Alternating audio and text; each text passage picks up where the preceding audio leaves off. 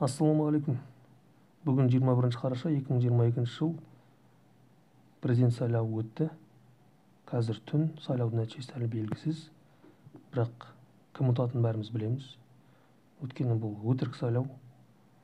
Бұл жай ғана формальность. Бәрі алдын ала белгілі, алдын ала бәрі шешіліп қойған. Бұл сайлау жай ғана формальность. Осының алдындағы 3 жыл бұрынғы 2019 жылғы сайлауда халықта мүмкіндік болды. Елдің тағдырын өзгертетін мүмкіндік ол кезде болды. Қандай болсын, өтірік болсын, бірақ оппозициядан бір үміткер болды. Және оппозициямен, сол Қосанов пен Тоқаев арасында кәдімгі сайыс болды. Я, ол өтірік оппозиционер болды, бірақ қайткенде де мұнда кәдімгідей сайыс болды. Және ең бастысы тәуелсіз бақылаушылар өте белсенді болды.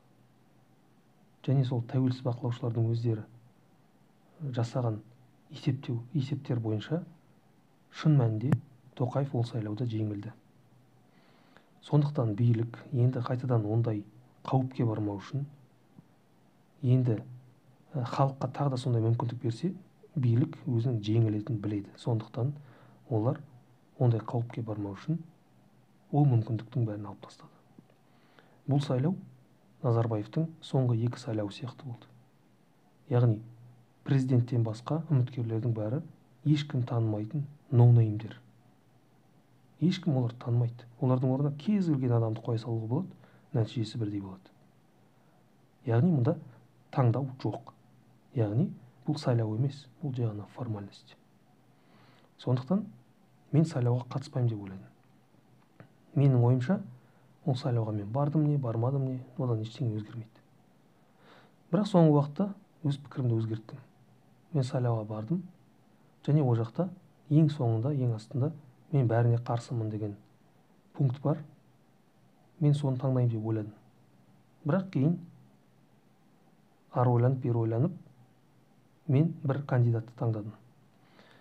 Неге? Өйткені егер біз бәріне қарсымын деген пунктті таңдасақ, онда дауыс ешкімге берілмейді. Онда Тоқаевта жеңетін мүмкіндік көбірек болады. Ал егер біз басқа бір үміткерге дауыс берсек, сол дауыс Тоқаевтың жеңілуіне бір дауыс болады. Яғни, егер біз бәріне қарсы болсақ, онда бізде ничия болады. Ал егер біз біреуіне дауыс берсек, онда ничия болмайды. Онда Тоқаевқа -1 дауыс болады. Сондықтан мен анау 4 па 5 па қанша үміткер болды өзі. Солардың арасынан мен ешкімді танымаймын ғой. Сонда кімді таңдаймын? Мен былай ойландым. Ол жақта әйелдер бар және еркектер бар. Мен ер адамды таңдадым. Неге? Өйткені әрине әйел адамдар да президент бола алады. Әйел адам үшін ол мүмкін нәрсе. Әйел басқарып отырған елдер бар Европада. Бірақ Қазақстан Европа емес. Қазақстан үлкен мемлекет. Халық саны бізде аз, бірақ Қазақстан жер аумағы үлкен және бұл өте маңызды. Геосаяси жағынан Қазақстан өте маңызды мемлекет. Сондықтан оны ер адам басқару керек. Өйткені біз Қытайдың, Ресейдің және Түркияның үшеуінің саяси күрестері қиылысқан жерде орналасқанбыз. Сондықтан мұнда өте мықты саясаткер болу керек. Ер адам болу керек. Яғни мен ер адамды таңдадым. Содан кейін ер адамдардың арасынан мен қандай критерий арқылы үміткер таңдадым. Оның фамилиясында Ов, Ев деген қосымша болмау керек. Неге? Өйткені бір жағынан ойлап қарасақ, бұл маңызды нәрсе емес, фамилиясында Ов бар ма, Ев бар ма, жоқ па. Бұл адамның қандай адам екенін көрсетпейді. Бірақ мен алдында айтқандай, халықаралық аренада геосаясатта формальность маңызды болады. Геосаясатта символдық нәрселер маңызды. Сондықтан халықаралық аренада қазақ елін басқаратын адамда орыс фамилиясы болмау керек. Ресей қойған, орыстар қойған Ов, Ев деген нәрселер болмау керек. яғни егер оның фамилиясында оф ев болса, ол қазақтар әлі де орыстың мәдениетінен құтылған жоқ дегенді білдіреді.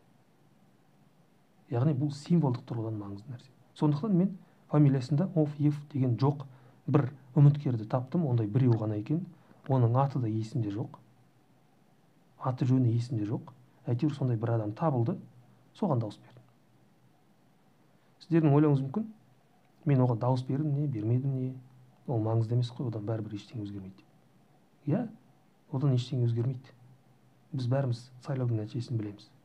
Бірақ мен арым таза болу үшін өз борышымды атқардым. Өзімнің азаматтық борышымды атқардым. Ертең менің арым таза болады. Мен үйде отырған жоқпын. Менің даусымды Тоқаевқа берген жоқ. Бұл тұрғыдан алып қарағанда мен өзім дұрыс дедім деп ойлаймын. Ал енді алдағы 7 жылда бізді не күтіп тұр? Оны түсіну үшін бізге Тоқаевтың қандай адам екенін білу керек. Өкінішке орай, халықтың басым бөлігі Тоқаевтың кім екенін әлі де толық түсіне алмай жүр. Оның кім екенін түсіну үшін бізге 3 жыл бойы, сол 2019-дан бері Тоқаев не бітірді, іс жүзінде не көрсетті, қандай істер атқарды, соған дұрыс анализ жасауымыз керек және дұрыс қорытынды жасауымыз керек. Соның ішінде ең сондай бір көрнекі Тоқаевтың кім екенін ең жақсы көрсеткен оқиға ол әрине қанды қаңтар.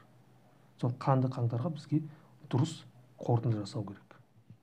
Я тағы бір айтайын дегенім, бұл сайлауда бізге ешқандай таңдау еркі берілмеді. Ол бізге не көрсетеді? Ол біздің елімізде диктатура орнаған көрсетеді. Яғни сайлауда егер адамға таңдау еркі берілмесе, ол диктатура деген сөз.